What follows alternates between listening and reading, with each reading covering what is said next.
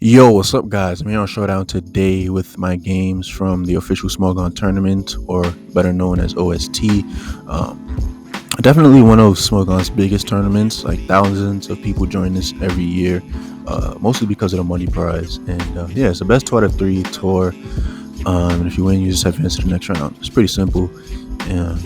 There is no losers bracket, so like if you lose, like you're done. So yeah, the goal is to win and yeah, so official Smoke on tour. Round one, I'm versus Goblin. A little backstory behind this game. So, this guy was kind of obnoxious with scheduling. Like, I posted on his wall on Tuesday. I'll have a screen somewhere on here to show you guys. But yeah, I posted on his wall on Tuesday, and to schedule to play. And this guy never responded until like 4 days later. Like, you're not supposed to do that. And I called activity, of course, because this guy didn't communicate, and there was a whole like big thing about it. But I decided, I'm gonna just give this guy the chance to play. I'm not gonna take the activity win if I can help it. But yeah, anyway, we finally played today because it was just the best time, like a few hours ago. And yeah, so my team, going over that, pretty cool team, honestly. It's based around Spec ZAPDOS, which you don't see too much outside of rain, but I'm using it on weatherless. We have Scarvlandos. Basically pairs very well with ZAPDOS because it lures out things like Slowbro, Ting Growth, which ZAPDOS just eats up. And it does well versus offense because ZAPDOS doesn't really appreciate fast things like Tapu Koko, Spectre, Jericho Pulse, things like that. Ferrothorn, Spiker, Answer to Rain, things like that.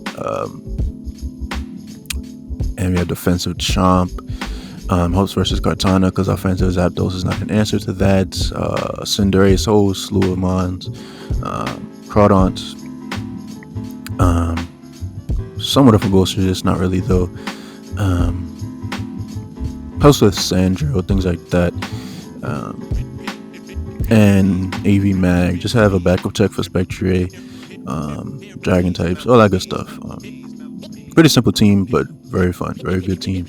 And my opponent brought some Ghost Spam. As you can see, Spectre plus Aegislash, pretty threatening if I don't play well around those two. T-Tar, which is not that great in this matchup. Like, look at my team. Rillaboom could be a problem if I don't play well around that. Darky, I'll play between Ferrothorn and Chomp. Rotom is a problem. Again, just have to play well around it. And Buzzwole, it's just there. Like, it beats Crawdont, but and Landorus, but it's better if he just goes to Rotom on that. Yeah, anyway, just like getting into game plans and preview. So ZAPDOS is a huge problem to my opponent. His only switch into it is T-Tar, which gets worn down my full switch. So if I could just get my hazards up, that's going to get punished every time it comes in. And it quite literally OHKOs everything else. So ZAPDOS is definitely the thing I want to win with. All I need is T-Tar out the way, or just constantly Volt Switch, chipping that down, bringing in Crawdon, things like that, and forcing him into defensive positions with his Buzzwole, which just gives me free switches back to ZAPDOS or Magearna. So that's pretty much like how I want to play ZAPDOS. Landorus is quite literally useless, loses to Rillaboom, Rotom, and Buzzwole. So that thing has like no use in this game outside beating Spectre. So yeah, there's Landorus and Defog, I guess, because if he's not Ice Beam T-Tar, I can Defog on that. Ferrothorn and Chomp guard against the same things for the most part, being Aegislash, T-Tar, Rillaboom, and Rotom. Rotom more so with Chomp because I have Toxic, so I can punish that Rotom if he's feeling, cocky with that. I'm Rocky Helmet, so that's dope versus Rillaboom or potential SD or Bandit Aegislash. Crawdont is solid, but it's not going to be sweeping. I'm SD, but it's not going to sweep through Rillaboom and Buzzwole. So the way I wanted to play it was use that as my main thing to force out T-Tar, because that's going to be coming in on ZAPDOS every time. So I could just bring in Crawdon, click knock, click whatever I want really. And this Buzzle is going to be forced to heal, which then allows ZAPDOS to come back in and keep applying that pressure. Morgana is a threat. His fairy resist is Aegis Slash, which doesn't appreciate spikes, and yeah, constantly volt switching on that is just great because that allows Crawdon to come in and things like that. So ZAPDOS is definitely the key to winning this game. Gotta watch out for Spectre and Aegis Slash, and we should be good. So let's get into the game. So lead is ZAPDOS versus Rillaboom. So this is a great lead matchup for me. This allows us for me to volt switch out and bring in Crawdon. No, he stays in there. It just doesn't make sense. Turn one. It doesn't even know what type of ZAPDOS I am. So go straight to Crawdon. Like I said, knockoff here is pretty easy play, pretty obvious. I don't want Rillaboom coming in for free or Rotom on a Crabhammer. Again, there's no way he stays in because that's his only way to check ZAPDOS. And he kind of want to get rocks up if he can later on, so I figured he wouldn't throw it out. So I'll just knock off here, just the best play. Get rid of his Buzzle's boots, which means that once I set up my hazards, the damage is permanent. So that's great, as I believe I switch out to my Morgana. Yeah, covers a Toxic and Ice Punch. No way you Drain Punch there. Even if you did, Morgana covered that because it wouldn't take much. It would take like 20% max, I think is the roll on that. But no way you Drain Punch into a ZAPDOS, or it just doesn't make sense. And Grassy's up, so I'd recover any like Drain Punch off anyway. So again, Morgana is just the best all-around play as I go for the Volt Switch. Yeah, no reason to Flare Cannon and allow his Aegis Slash a free switch. Because then I'd have to take a Shadow Ball as I Volt Switch. I don't really want to do that. So here I position Ferrothorn. Sorry if I'm speaking a bit quickly. But yeah, position Ferrothorn versus Aegis Slash. But that allows us for me to get up a free spike essentially. I was thinking maybe he was choice banned, but I felt like that was very unlikely because he has a Rillaboom as like the the ban breaking type. So I didn't think he'd be banned. Aegis Slash doesn't really make sense. Specs alongside Spectre to break things like Mana Buzz definitely made more sense in my head. So I figured it'd be a free spike because Shadow Ball won't even 2 a KO because I'm heavily Spadef on my Ferrothorn, and Spike is just excellent versus team. Like all of his things are grounded except for Rotom. So Spike plus ZAPDOS is super good. Spike plus Crawdon is super good because Buzzle is coming in on a Spike and a Crabhammer. So definitely my overall best play there. As here I decided to actually throw in Landorus on Rillaboom because, like I said, it's not useful at all. Look at his team, Rotom, Buzzle, like he has the best Landorus checks. So I didn't really feel the need to keep Landorus at full for any particular reason. Gets a crit. I mean, it would have done like 40 without that, but again, health on Landorus is kind of irrelevant. So yeah, just allowed to get knocked off there as U-turn, just the best play. If he stayed in, it's fine. I'd be able to go to Chomp, get rocks up. And yeah, like he doesn't really want to be locked into knockoff versus a Morgana because then he give me a free Volt Switch. So straight to Zap. And here, I've been Volt Switching and U-turning like a whole bunch this game. Like I don't think he wants me to, like if I do that again, the game's pretty much done. Like if I had that Volt Switch here as Tar came in, that allowed me a switch into Crawdon, into Crabhammer and things like that. Like he lose a lot of momentum had a Volt Switch on his Rotom. And a big reason I didn't want to Volt Switch is because it doesn't kill Rotom from 70 first off. And hold up, let me go back to that turn. Yeah, like I feel like this is where a lot of players would mess up. They get greedy for momentum and they try to volt out here, not taking into account the risk. I don't know if risk is the correct term there, but yeah, anyway, allowing Rotom to get away, which I don't want. Like had I volted here, his Rotom would live. He'd be able to burn my Ferrothorn, or burn my Magirna. I just don't want that at all, because then that opens up his ghost types. So I decide here to just 2-vote, because again I've been vote switching every time, so I kind of conditioned him there. So Rotom is dead, which is great. Opens up Crawdont. I don't have to deal with that. Ferrothorn doesn't have to deal with getting burned. Things like that. And he's losing a lot of his chomp switchings. As you can see, like Rotom's gone, which was the only thing that could take flamethrowers. And other than that, really has no great switching for it. So yeah, Chomp is opened up there as he brings in the Tyranitar. Straight to Crawdont. I figured that since it's very likely just Stealth Rock Tar, no way is banded because you need Stealth Rock. Crawdont would be able to easily tank a Stone Edge from a non-offensive Tyranitar, and it also covered Thunder Wave, which I didn't think he'd go for. I guess he really was trying to catch Crawdont there because he felt like it was a threat.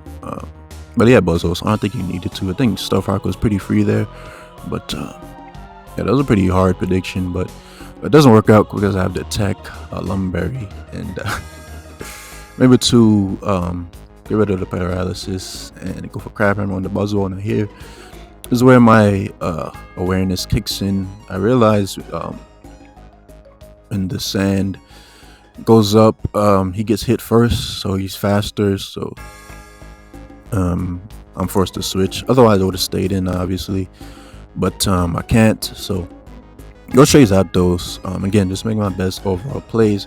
What this allows is for me to get off a free volt switch yet again, because I believe Spike's Volt kills Buzzle because his Spadef is so bad, and it also covers the T-Tar, and he can't afford to stay in because if he does that, he kind of loses to Crawdont. So go straight for Volt Switch as he shows the Heavy Duty Boots T-Tar. They took no damage from Spikes. Now here it's kind of in a vortex. Like if he switches again into Buzzle, he'll be at, we took 30 last time. After a Spike, he'll be at, yeah, I think around 30%. And then I just go back to ZAPDOS again. He's T-Tar's gonna get chipped, so he's really in a tough spot versus this. So basically forcing him to stay in, because if he switched again, he'd be caught in a loop. I just go back to ZAPDOS as his Buzzle to roost, so yeah, it's really not a good situation for him. As pull the source out of my landers, not wanting to either risk Ferrothorn on a banded superpower or Chomp on a band Wood Hammer. There's no reason to allow either of those to take damage when I have a Sack and landers. So yeah, just throw that out because like I said, it's the least useful member by far, and it's time again for ZAPDOS to come in. Just click T-Bolt, no drawback because he's locked in the superpower, and I pretty much confirm a kill there. As I go straight for T-Bolt, I thought about switching here actually versus this, but I didn't want Magirna taking a Spec Shadow Ball or ban Shadow Claw if he had that, because then that'd open up Spectre again. Thinking long term, I didn't want to take damage with Magirna.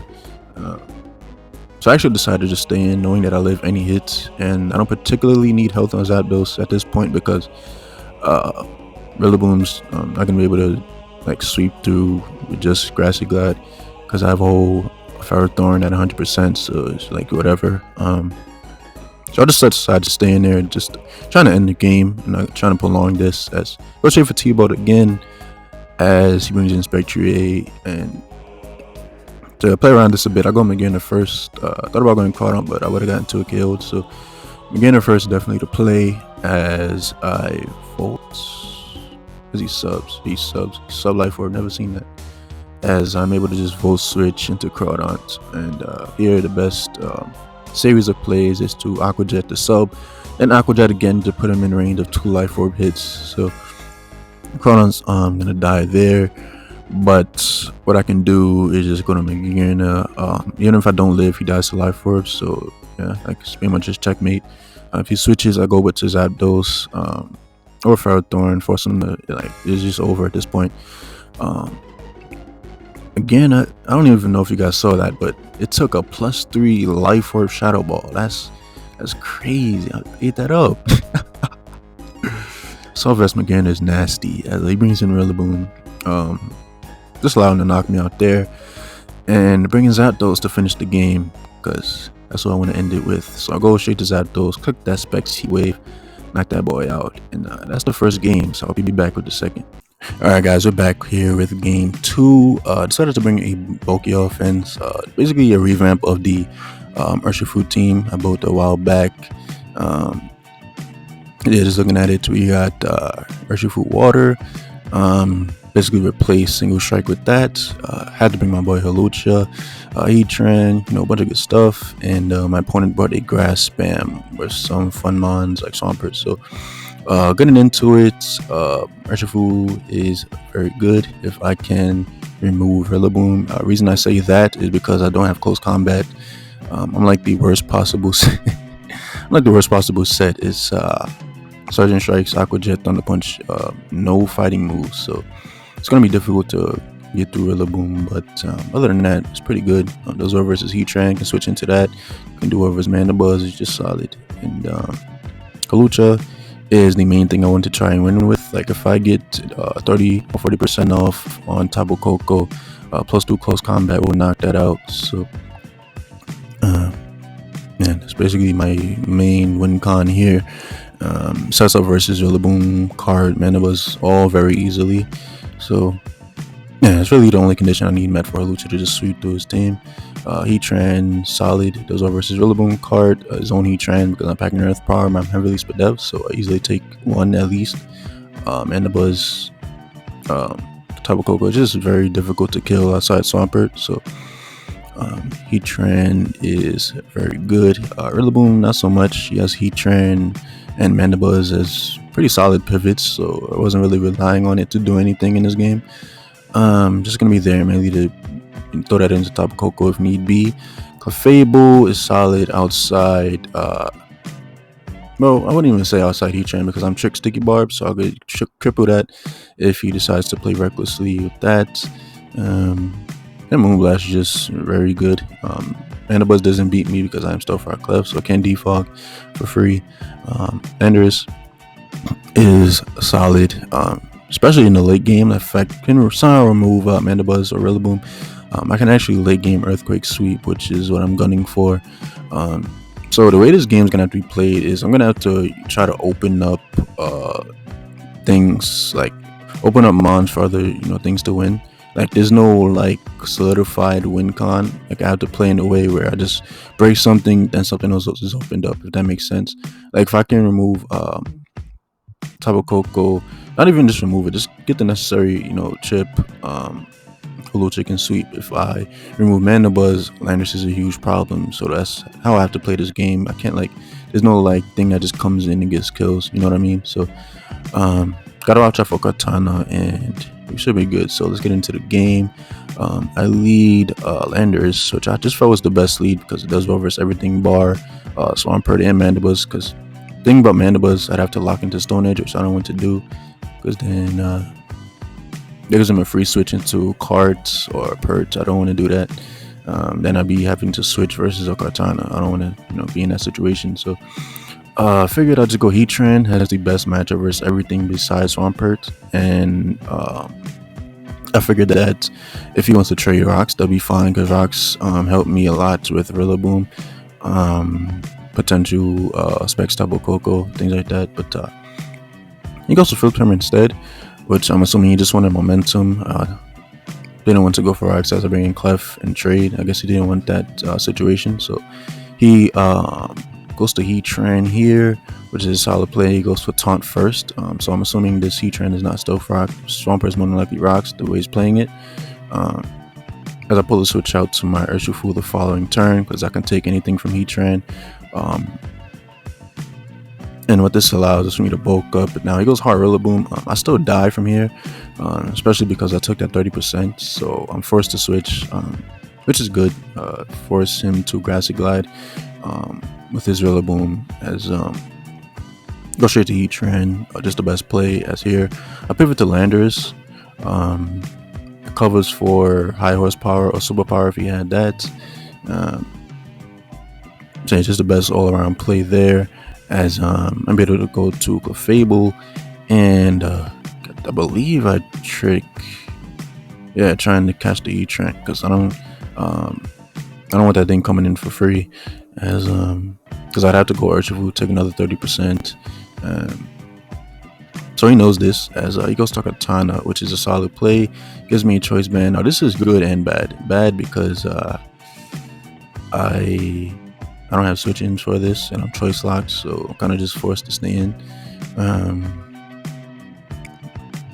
Good because this is one of his grass resist and one of his water resist, and this is like the biggest threat to my team. So chipping this down every turn is great, as goes to Smart Strike. Doesn't knock me out because I'm max bold, as I'm able to get up stuff right there. Now he goes to knock, just like a mineral or something. I'm pretty sure that should have killed, but it does not, as here in case he misplays, I actually go straight for soft boiled, because I don't think he'd want to card in. But I mean, it's not even a big deal to have card in versus Heatran, because he killed me there. I go Heatran, because he still has Swampert and stuff, so I don't think he even needed to switch. But he does misplay there, and allows my Clef to heal. I did that again just in case he decided to switch for some reason, as my Clef is back, so now I can deal with Mandibuzz and Perts. So that's great, as I'm able to just get off a free Moonblast versus Rillaboom, which opens up Urshifu. Because now you can't just switch into Surging Strikes all willy-nilly, as go straight to E-Train on a Grassy Glide. I don't think there's any way you knock off again there. It just doesn't make sense, because if I just stayed in, I knocked you out. So it doesn't make sense there to knock off, as or Superpower, whatever he has. I'm pretty much assuming at this point that he has Drain Punch, because he kept switching versus my Heatran. So like it's pretty good chance that he can't knock me out, or that he's just Drain Punch. So I'm keeping that in the back of my head, as I goes for Magma Storm, brings in his Heatran versus my Heatran, possibly assuming that I didn't have anything to hit him with. Yeah, I mean, it's not really a good assumption to make. Definitely Swampert was the better of the two plays there, as it's still covered for Earth Power, just to scout for that. But he allows me to trade with his Heatran, which I don't really agree with, but hey, I'll take it, as not Earth Power his Tran, as he Earth Power is mine. I mean, again, I don't mind his trade, because his Tran is a huge problem to me, more so than mine is to him. So I'll gladly take that, as it goes to Tapu Koko. I wasn't sure if T-Bolt would actually knock me out, because even if he's boots, because I'm at 36%, so I just decided to protect just safe, just to get that necessary HP to guarantee the following T-Bolt, as brings in Swampert, go for Earth Power. He U-turns, knowing that there's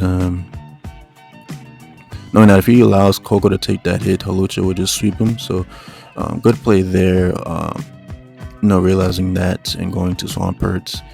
But yeah, I just protect here, just get a bit of AP back, just for the next time I want to come in. As it goes to Rillaboom here, as I bring in Urshifu. I figured positionally this would be best versus team, because it forces in Rillaboom. Can't have to take Sticky Barb Chips, so I was fine with that. Nothing else can really come in. I was also just trying to bait in Tapu Koko to get up the Aqua Jet.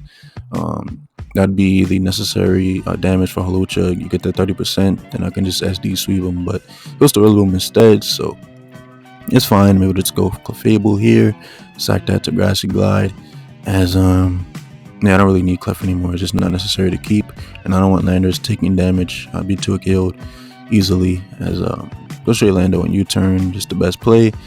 This allows a free switch back to Urshifu to just click Surging Strikes. Honestly, I thought this would kill, but Life Orb Surging Strikes is like nowhere near as strong as Bandit, so Mandibuzz actually lives that quite easily, as now here I actually go for bulk up. He gets me here these first couple turns, knowing that I wouldn't bulk up the first time he roost, which is a very solid play. But then he turns into Tapu Koko, because he can't go to Rillaboom because he'll die to +1 Aqua Jet after Stealth Rock, because he had 20%. So he has to go to Koko, and here's where the bait comes in. Able to just get off the huge Aqua Jet on Tapu Koko, which then means that Hawlucha can now just knock him out at +2. So once Hawlucha comes in, it's game time. So go to Rillaboom here just to force this out, knowing that he wouldn't stay in because Tapu Koko's solid versus the rest of my team. Knowing that mana bus is coming in, and this allows me to go Hawlucha and get off a essentially free Swords Dance, as he goes for foul play. Doesn't do much because I have +1 defense. Knock out the mana buzz with the aggro, and here he's forced to sack a couple mons because like nothing can kill me.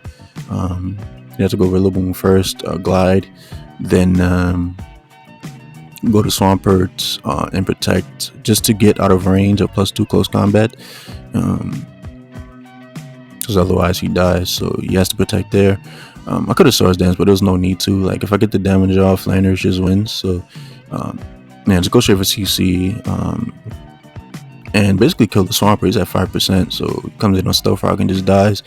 So Hawlucha went on a rampage, which I was happy to see. Killed Mandibuzz, killed Rillaboom, killed Swampert. So Landers, like I said, Hawlucha opened up Landers tremendously, so that taking this late game EQ sweep, as you're gonna see. So goes to Tapo Koko. He has to pretty much hope that he crits and I'm not Scarf, but I am, and just knocked him out. As it brings in Kartana. The roll on Kartana with offensive Earthquake is 54, I believe, to 60. Obviously not gonna risk. There's literally no reason to risk that.